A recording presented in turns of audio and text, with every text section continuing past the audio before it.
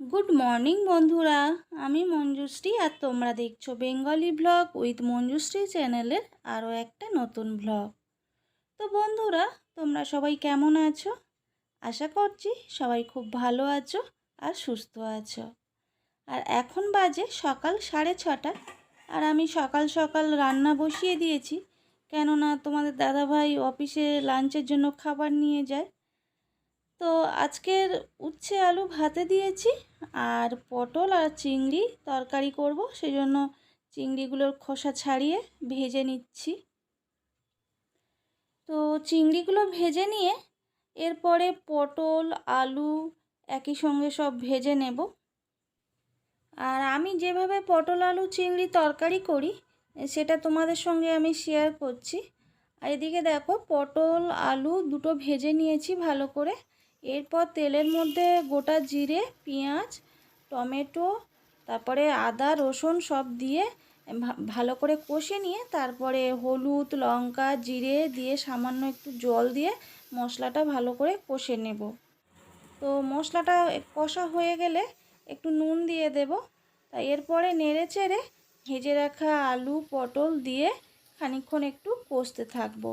ভালো করে কষা হয়ে গেলে জল দিয়ে দেব। তো এখানে দেখছি জলটা একটু কম আছে, আলুটা আর একটু সিদ্ধ হবে, তাই আর একটু জল দিয়ে নিলাম। আর এরপরে যখন তরকারিটা ফুটে উঠবে তখন চিংড়ি মাছ দিয়ে দেব। আর দেখো, আমার তরকারি হয়ে গেছে, চলো নামিয়ে নিই। আর কখনো কখনো তরকারিতে আমি শেষে ঘি গরম মশলা অ্যাড করি, তাতে খেতে আরও সুন্দর লাগে। তো আজকে আর দিলাম না। আর এখন বাজে সকাল 8টা, তোমাদের দাদাভাই অফিসে চলে গেছে। তো এরপরে আমি চলে এলাম আমার মাছেদের খেতে দেওয়ার জন্য। তো চলো মাছেদের খেতে দিয়ে দিই। আর এদিকে দেখো, আমার ছেলের জন্য ম্যাগি করে দিয়েছি। তো ও বলছে আমাকে আজকে 2 প্যাকেট করে দাও ম্যাগি। তো এই ম্যাগি করে দিয়েছি, সকালবেলা ম্যাগিটা খাবে। আর এদিকে দেখো, এরপর চলে এলাম আমাদের ঘরের বেডটা ঠিক করার জন্য। আর দেখবে এখন মোটামুটি গরম পড়ে গেছে। আর এই গরমের সময় যত সকাল সকাল কাজ করে নেওয়া যায় তত ভালো। আর তাছাড়া আজকের আমাকে একটু তাড়াতাড়ি করে ঘরের কাজগুলো সব শেষ করতে হবে, কেননা আজকে ছেলের স্কুলে পিটিএম আছে, আজকে রিপোর্ট কার্ড দেবে। তো সেই জন্য তাড়াতাড়ি করে ঘরের সমস্ত কাজ কমপ্লিট করছি। তো আমাদের ঘরের বেডটা ক্লিন করে এরপরে চলে এলাম আমার ছেলের ঘরের বেডটা ঠিক করে দিতে। আর আজকের আমার সেজো জায়ের ছেলে আসবে। তো আমার ছেলেকে ওই গ্রামের বাড়িতে নিয়ে যাবে বলে শুক্রবার দোল আছে।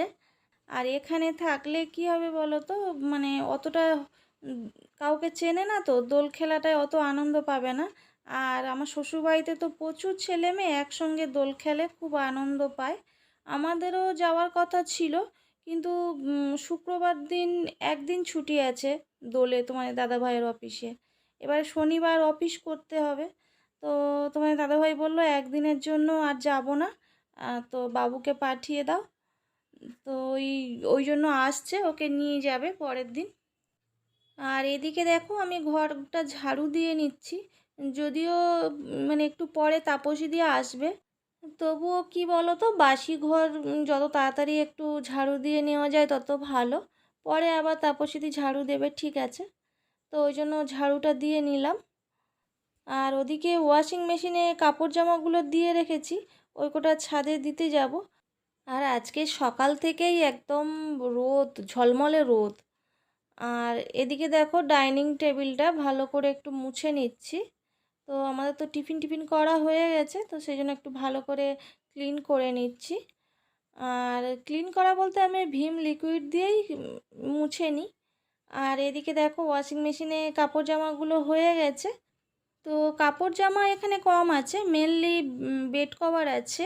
দুটো ঘরে দুটো বেড কভার আছে, তার সঙ্গে পাশ বালিশ মাথার বালিশের কভারগুলো সব আছে। তো চলো ওয়াশিং মেশিনে কাপড় জামাগুলো নিয়ে তাড়াতাড়ি শুকনো দিয়ে আসি। আর ওদিকে আবার স্কুলে যাওয়ার টাইম হয়ে আসছে, আর এখনও অনেক কাজ বাকি আছে।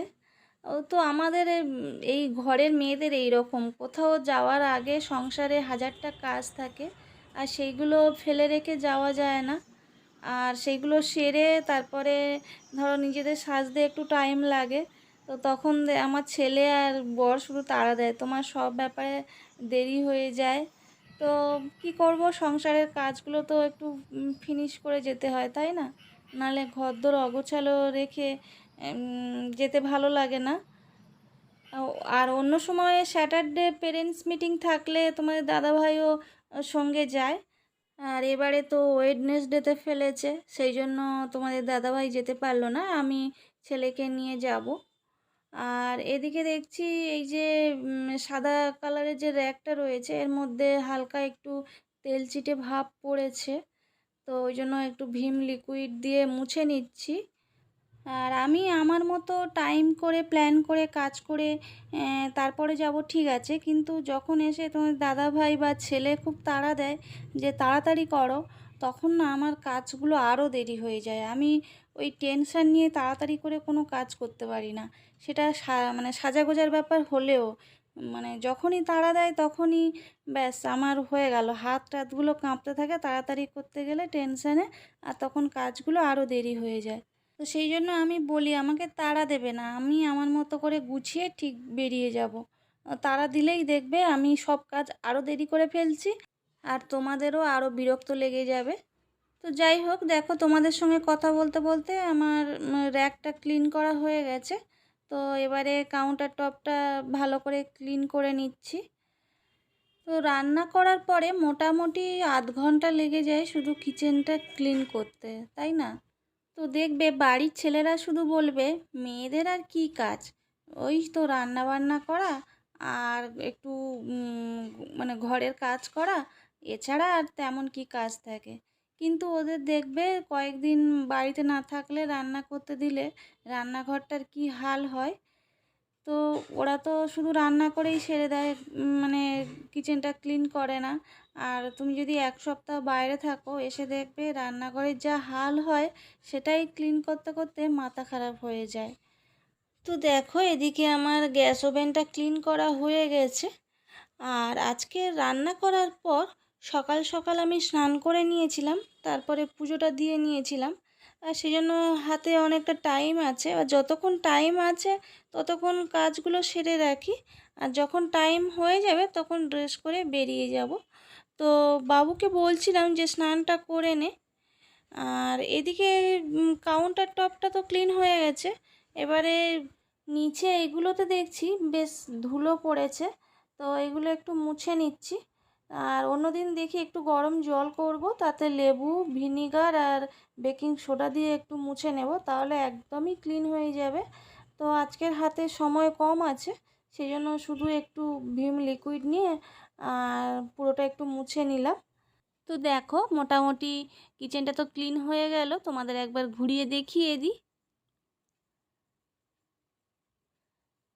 তো দেখো একদম ক্লিন হয়ে গেছে, আর ক্লিন থাকলে দেখতেও কত ভালো লাগে।